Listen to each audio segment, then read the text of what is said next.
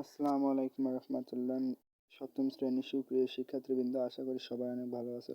তো আজকে আলোচনা করবো ষষ্ঠ অধ্যায়ের সর্বসমতা ও সদৃশ্যতা নিয়ে। পুরো অধ্যায়টার সমাধান তোমাদের সামনে আজকে তুলে ধরবো।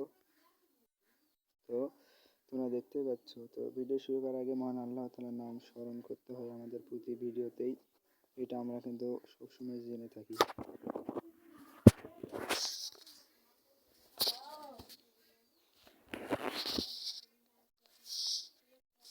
তো আমরা দেখতে পাচ্ছি এখানে প্রথম প্রশ্নে কি বলা আছে।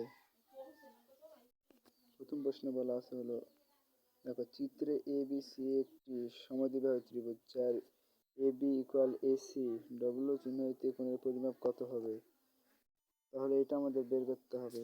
তো এটা বের করার জন্য আমরা তো দেখতে পাচ্ছ তোমরা এখানে সমাধান তুলে ধরেছে। দেখো, তো দেওয়া আছে ত্রিভুজ এ বি সি এর এ বি বাহু, অর্থাৎ এইটা এ বি বাহু ইকুয়াল আমরা জানি কি এসি, এ বি বাহু ইকুয়াল এসি।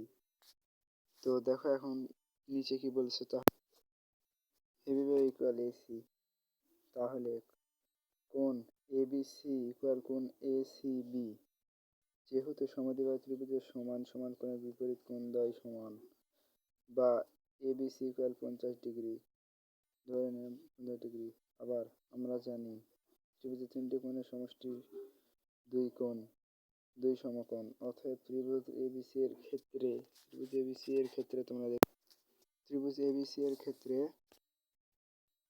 ত্রিভুজ হলো এক, কোণ এবিসি প্লাস কোণ এসিবি প্লাস কোণ বিসিএ ইকুয়াল দুই সমকোণ। এখন মান বসাই দিব। দেখো, যেহেতু ওখানে 50 ধরা আছে, তো মান বসাই দিয়েছি, তাহলে 180 জাস্ট এটার মান সমকোণ মান। তো 100 এর দুটা গুণ করার পরে 100, তো বিসি এটা আসছে, তো এইটা এই পার আসছে। তো যেহেতু আমাদের 100 এই পার ছিল, তো 100 এই পার প্লাস অবস্থা ছিল, এবার যা মাইনাস, তাহলে বিসি এটা সমান এত। তাহলে অথব ডাব্লিউর মান আমাদের 80। তো অথব ডাব্লিউ চিহ্নিত কোণের পরিমাপ 80।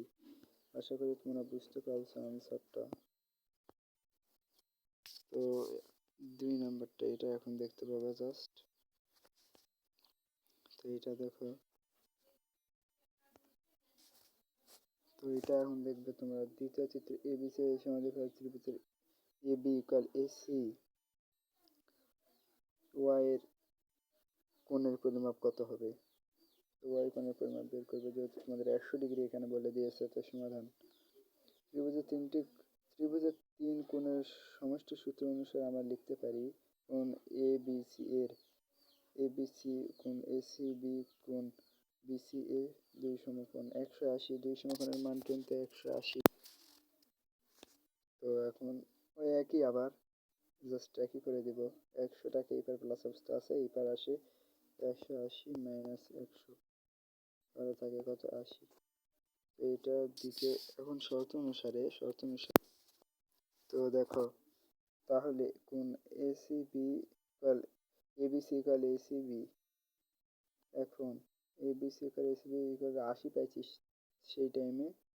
তো এইটা মানটা বসে দিচ্ছি 80, যেহেতু দেখো যেহেতু এটা তো এই দুটা যোগ করার পর, তো এটা যোগ করেছি, এই দুটো যোগ করার পর 2 প্লাস 80, তাহলে 2টা এপার কোন অবস্থায় আসে, এপার 80 এর নিজে ভাগ, তাহলে 80 দিয়ে ভাগ করলে 40, ওয়াই এর মান বাড়ালে কত 40। 3 নাম্বারটা কি বলা আছে জাস্ট দেখো। 3 নাম্বারটা, প্রদত্ত চিত্রে A B O D E পরস্পর সমান্তরাল, চিত্রে বর্ণিত তথ্য ব্যবহার করে নিচের প্রশ্নগুলোর উত্তর দাও। তো এ বি সি তিনটা মান নিয়েছি।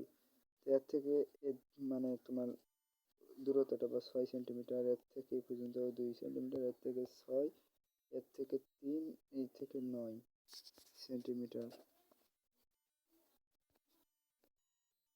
এখন কি বলেছে এই জায়গায় দেখো, কোণ এ ডি ই এর মান কত?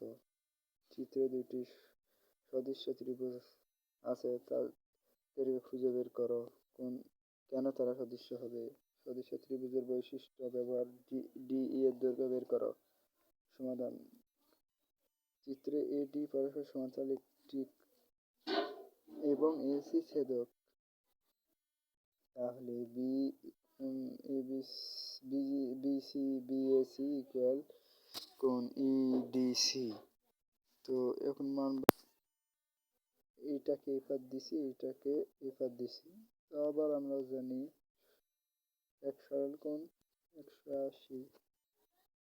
এটা কিন্তু পর্ব 1 জাস্ট, পর্ব 1 তোমরা দেখতেছো, পর্ব একটা। তো দেখো কোণ এডিসি ইকুয়াল 180, বা এই দুটাই মানটা বসাই দিয়েছি। তারপর এটার মান বসাই দিয়েছি 50। তো এখন জাস্ট এই 50টাকে এপার নিয়ে যেয়েছি, যা এটা যখন মান বসে তাহলে 130।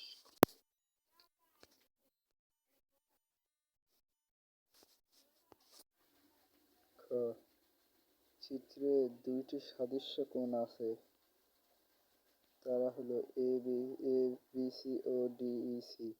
এ বি সি সাদৃশ্য কেন? ওয়াই? এক্সপ্লেন।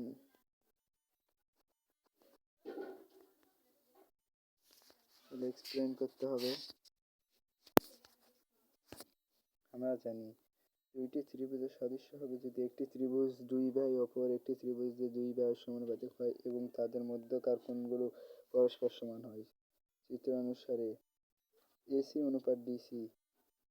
তো এই দুটো মান বসাই দিচ্ছি, সমানুপাত 1। তাহলে যদি আমরা একে 2 দিয়ে দ্বারা কাটি, তো যদি একে 2 দিয়ে কাটি তাহলে 4 হবে, একে যদি 2 দিয়ে কাটি তাহলে 3 হবে। আবার এই দুটার অনুপাত সেম একই। 1 2 দিয়ে কাটতে হলো কত দিয়ে? 3 দ্বারা।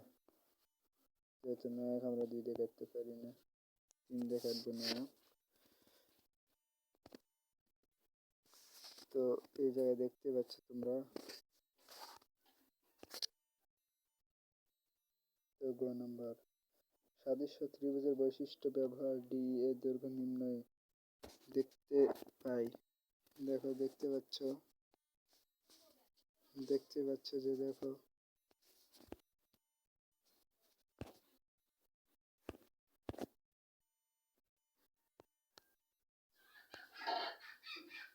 দাঁড়াও জাস্ট,